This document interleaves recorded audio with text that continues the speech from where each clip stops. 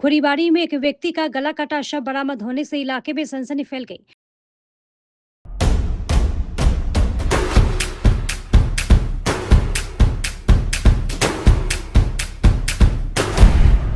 Stay tuned.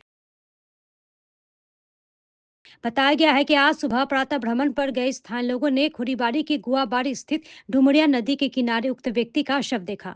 शव के बगल में खून से सना धारदार हथियार भी मिला है। दूसरी तरफ घटना की जानकारी मिलते ही खुरीबाड़ी थाना के पुलिस मौके पर पहुंची और पूरी घटना के जांच में जुट गई है। इसके अलावा फॉरेंसिक टीम भी घटनास्थल पर पहुंचकर जांच करेगी।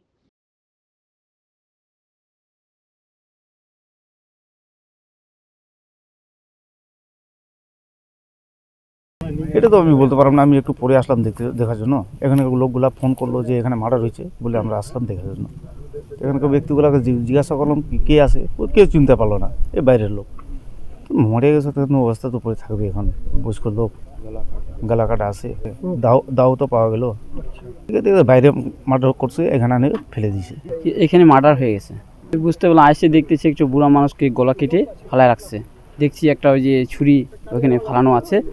কথাকার যে এটা জানি না, এখনও মানে এসে পাওয়া যায় নাই এই বিষয়টা।